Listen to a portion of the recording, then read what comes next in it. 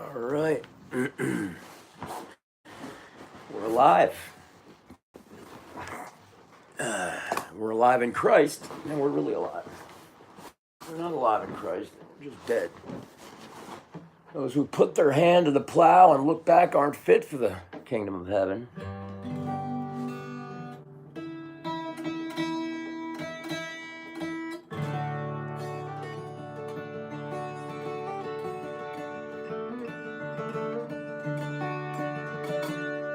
All right, we're going to do the Lord's Prayer here because I think he probably asked me to do it.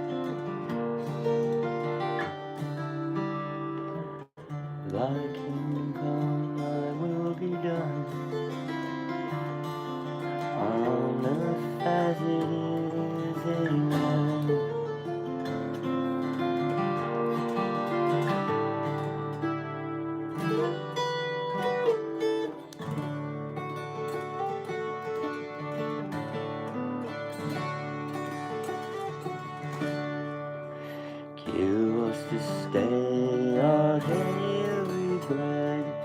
Lead us not to temptation. Forgive us our trespasses, as we forgive those who trespass against us too.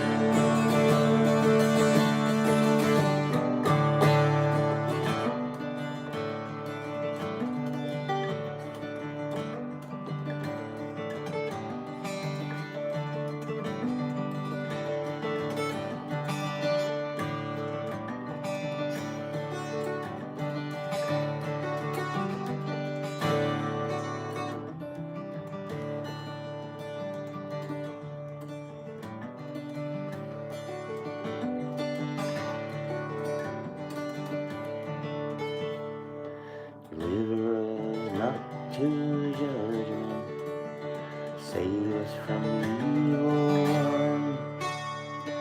All the power yours forever.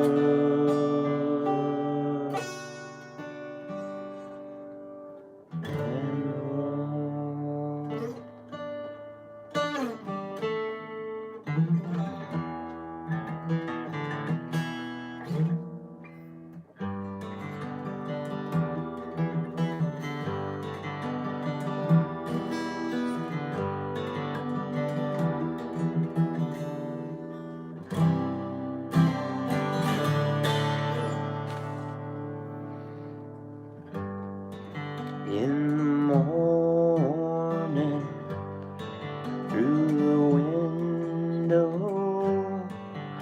feel the warming sun on my pillow.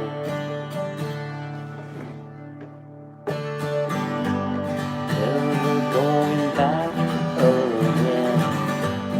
Sing hallelujah, hallelujah. Never going back again. 9 years for killing.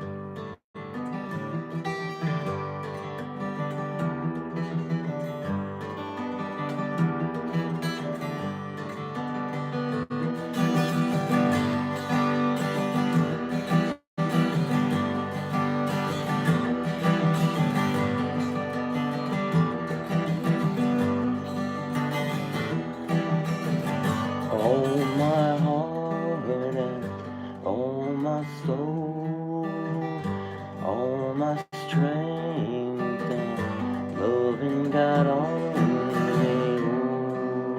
Rest never out my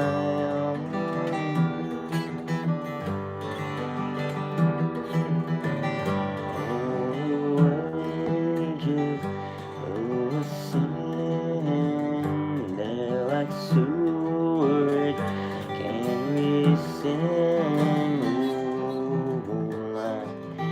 Oh, my Lord loves a song. He don't care how you wear your hair.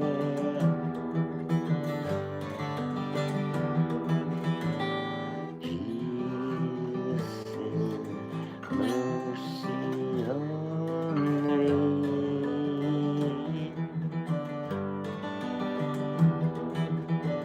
If you believe in the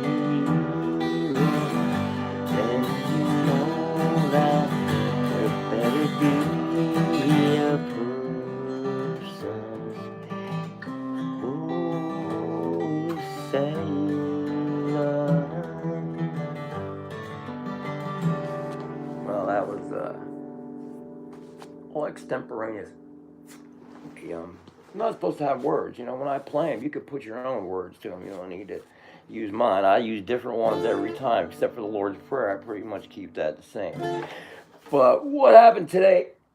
I went to Collingswood looking to see if they're selling any, because I have millions of books here. We got tons of movies and books that I want to get for sale, because since I was blessed with the information that God is real and that his son Jesus, who was crucified, died and was buried and brought back to life by God and shown to his people anyway. There was millions, according to John, there was more miracles than can fit in any books, and that's the truth. But anyway, I'm at Collingswood today, and I was speaking with several people. This one gentleman I was speaking to, his father was a minister, and he kept going on and on about the 5K thing. Now, I understand this is some kind of interorbital satellites that are pumping all kinds of energy into us, and he's talking about mind control and all that thing. Well, that's a little complicated for me. I don't understand all that kind of stuff. But what I did understand about that was, which I also saw, it's a distraction from what reality and the truth of this whole situation is. All these distractions, if you feel as though the world's coming to an end and you believe in God and all that stuff and you want to pray to Jesus, do that. If you're convinced, you don't need to keep going on the internet to expound all these truths or whatever they are. Because if you believe in Jesus Christ, you don't need all this distraction. You need to pray. You need to forgive everybody of everything. And you need to, you don't need to listen to me. You need to listen to Jesus. Well, what I'm saying is, Jesus is not on the internet himself. The channel you can turn in and listen to his teachings, unless they got the gospel on there. But the point is, all of this conspiracy stuff with the Pelosi and this crazy freshman congressman who's calling for Jews to be exterminated pretty much. And Nancy Pelosi, instead of being a citizen of the United States, she's a member of a Democratic Party that doesn't care what anybody does as long as they vote Democrat.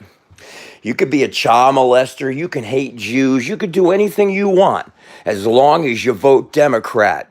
There's no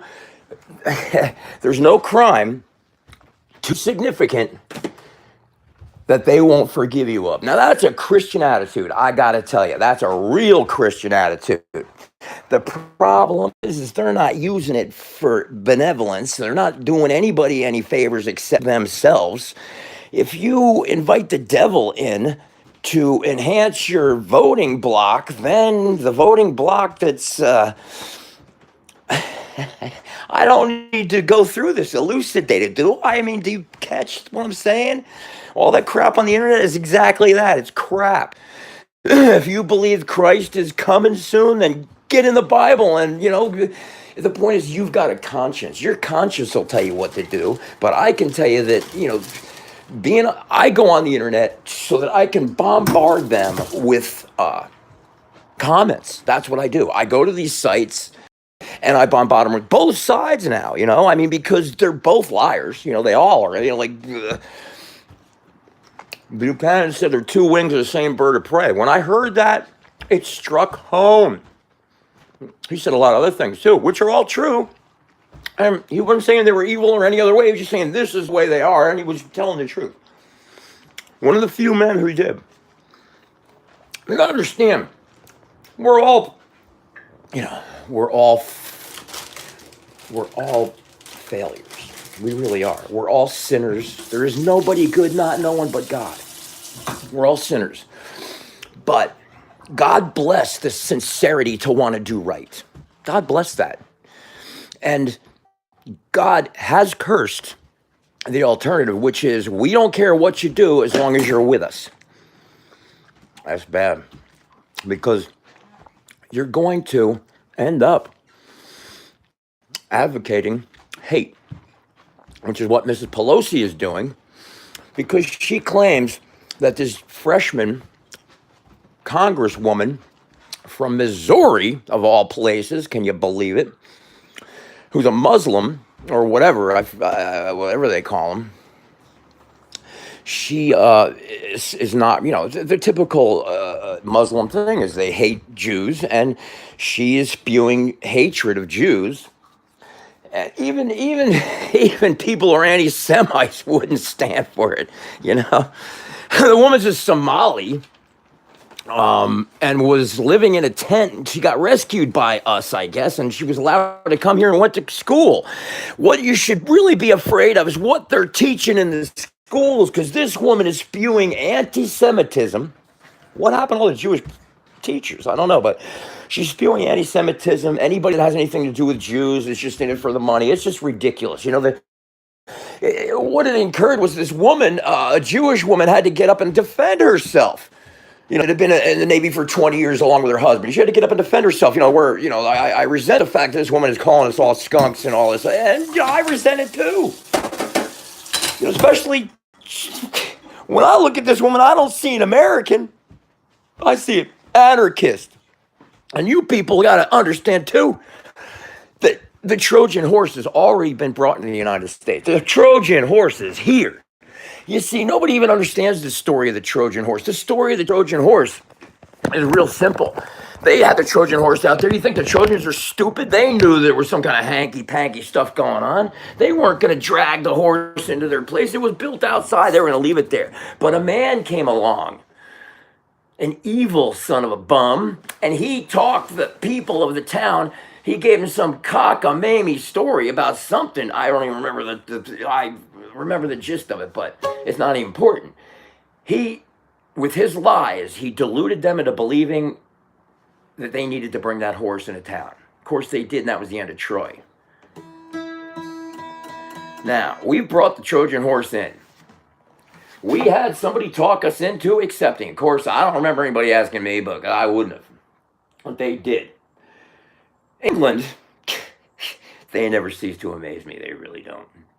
But recently, Britain refused an asylum request from a Islamite who changed to Christianity. And they cited two of the Old Testament passages that talks about violence. And they said, you can't come in here to violence.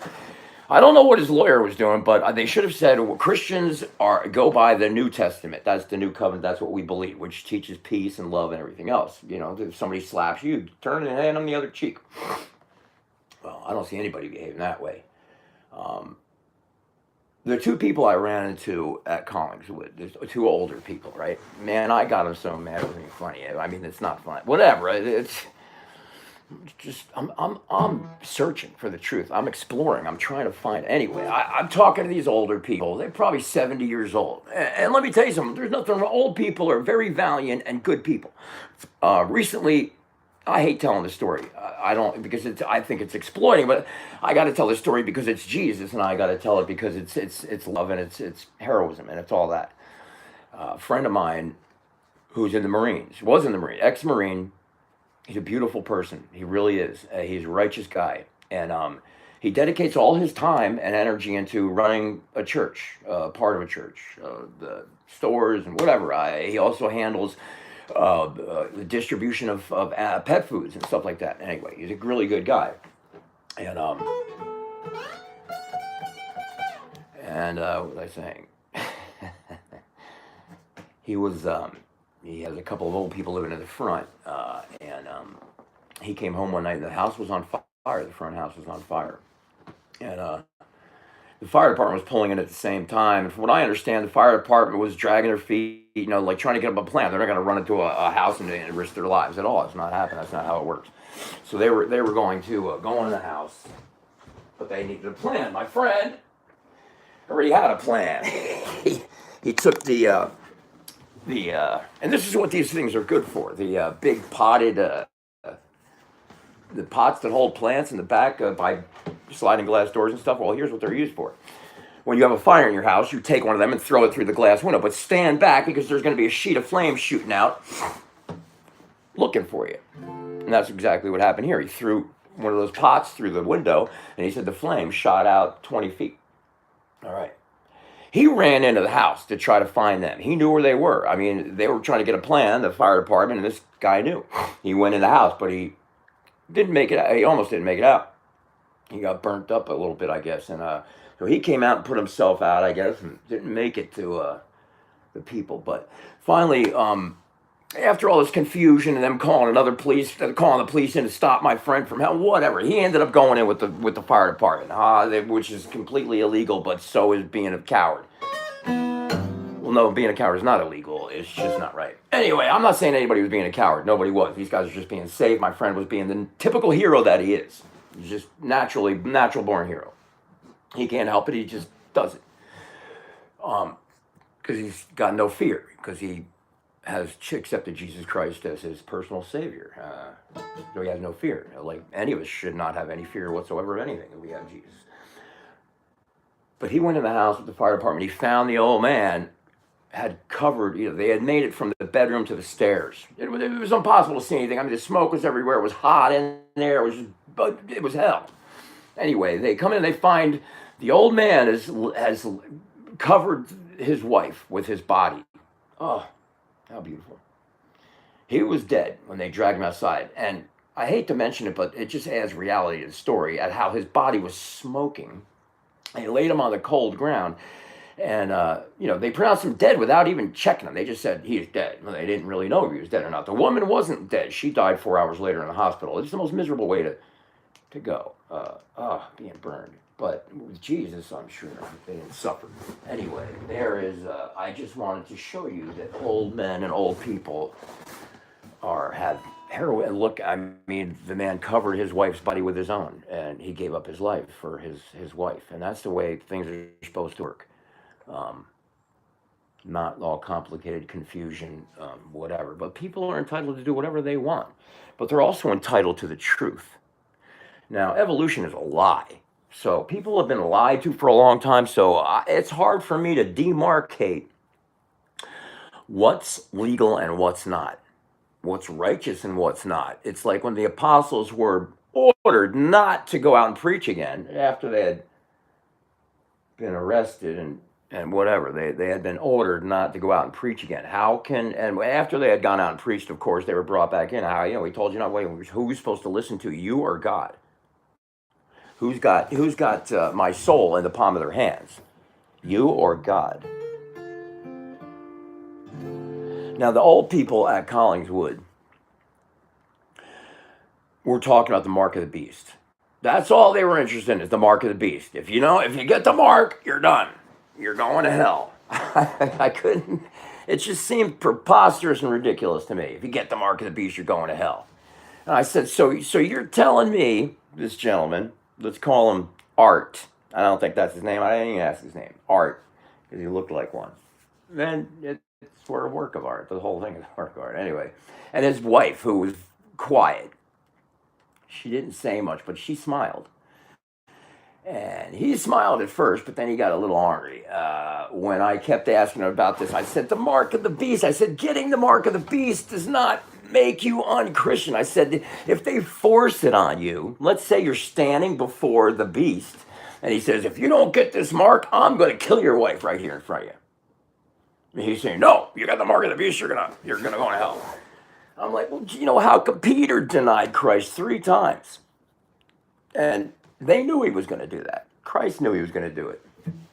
But Peter didn't go to hell for that. Our flesh is weak. This gentleman, maybe he has that kind of fortitude. I don't know.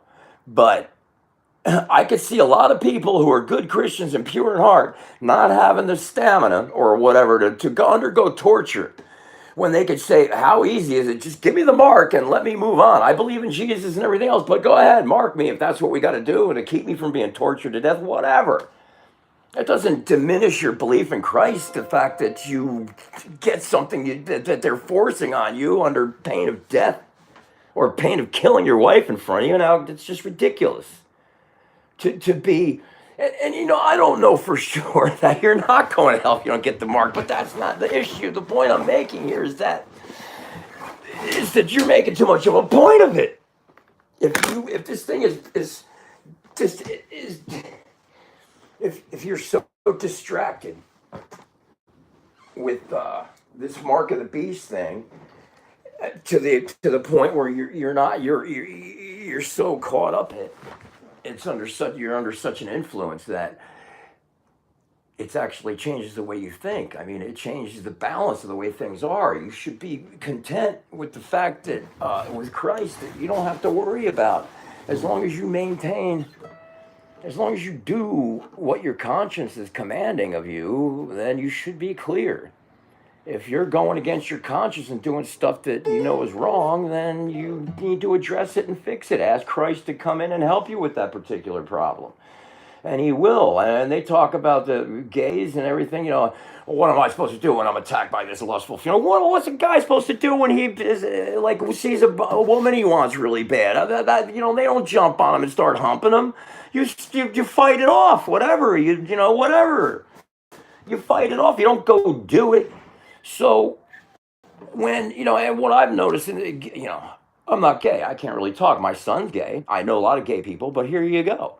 The movie Joe Orton, Prick Up Your Ears, a book he wrote. He was a playwright, a British playwright. And his description of homosexual lifestyle is going to public restrooms and having orgies, okay? That's predation. That puts these people capable of predation. This is lustful behavior that they are not trying they're not trying at all to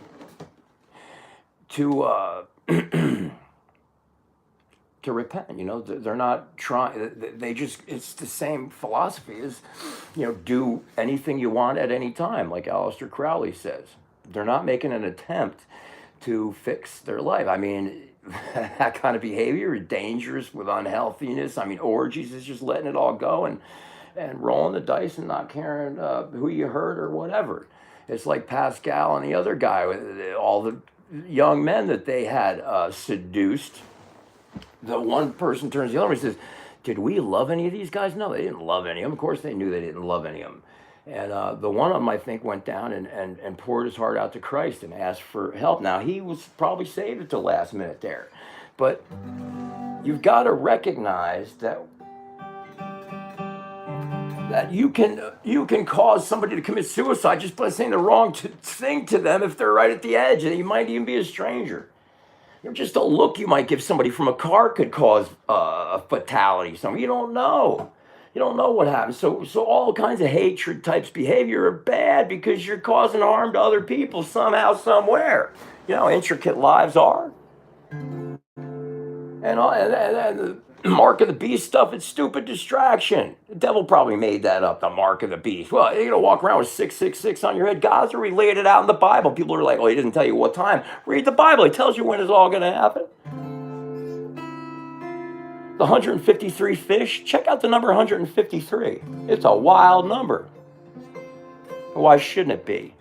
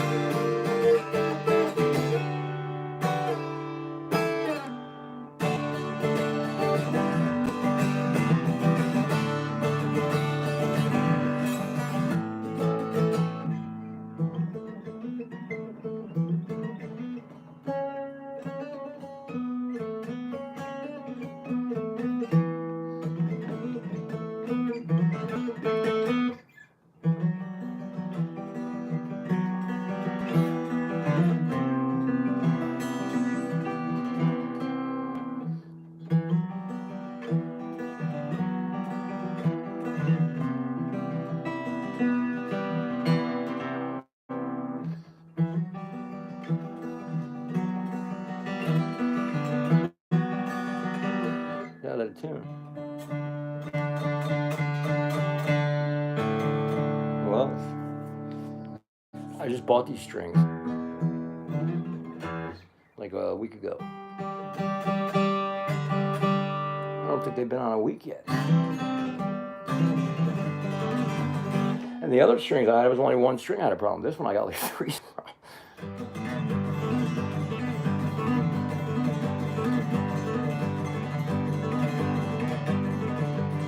The train going down the track, going ding, gonna take my money down with the blues. This train, baby, this train.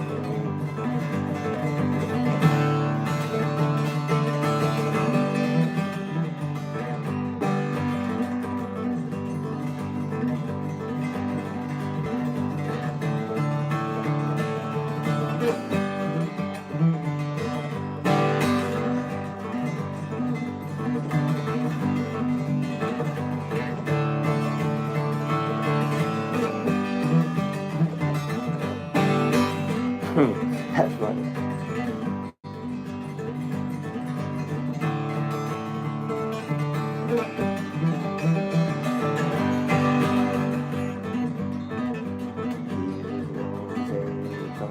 Savior on the cross. Nail down the Savior on the cross.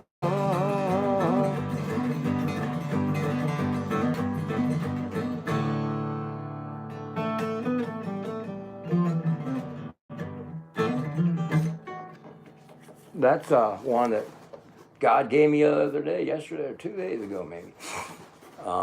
I ain't. See, I'm leery about putting words to this stuff because,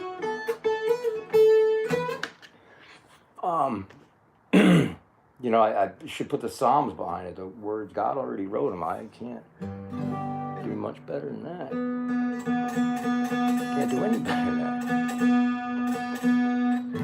One thing I noticed, I study a lot of literature. I really do. I mean, I study a lot of what I got, books, whatever.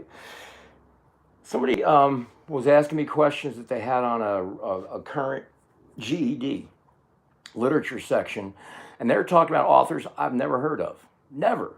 I mean, they must be using some off-the-wall people to get their essays across, whatever they're writing about, I don't know. They remove God and everything, so that when you remove God completely, a lot of books have reference to Jesus and God in them. They're just not, you know, Jesus books or God books, whatever, but they do mention and give acknowledgement to God and Jesus. But to find books that don't have anything to do with God whatsoever is difficult. But they've managed, and I've never heard of these people, as I said.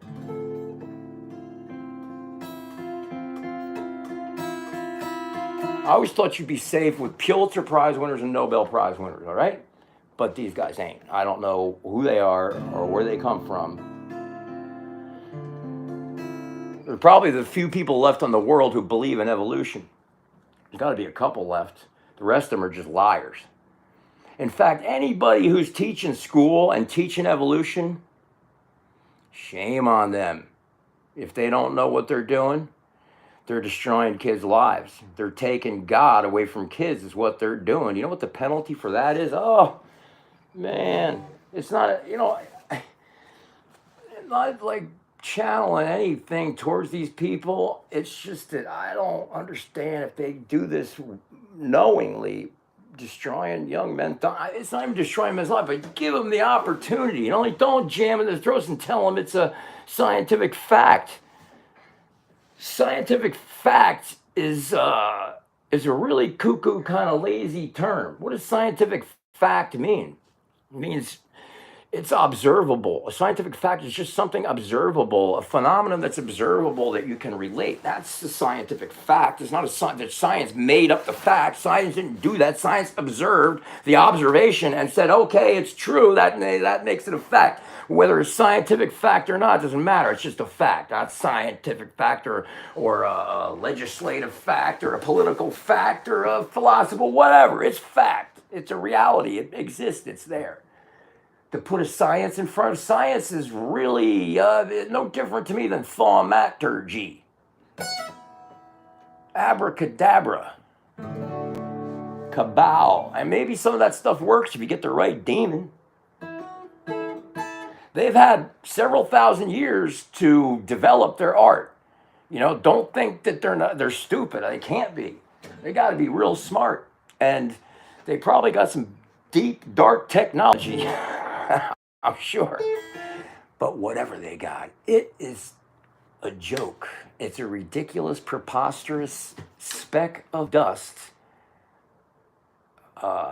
raising its fist and saying, after I get the humans, I'm going after God. But those who are hungering and thirsting for righteousness shall have their fill.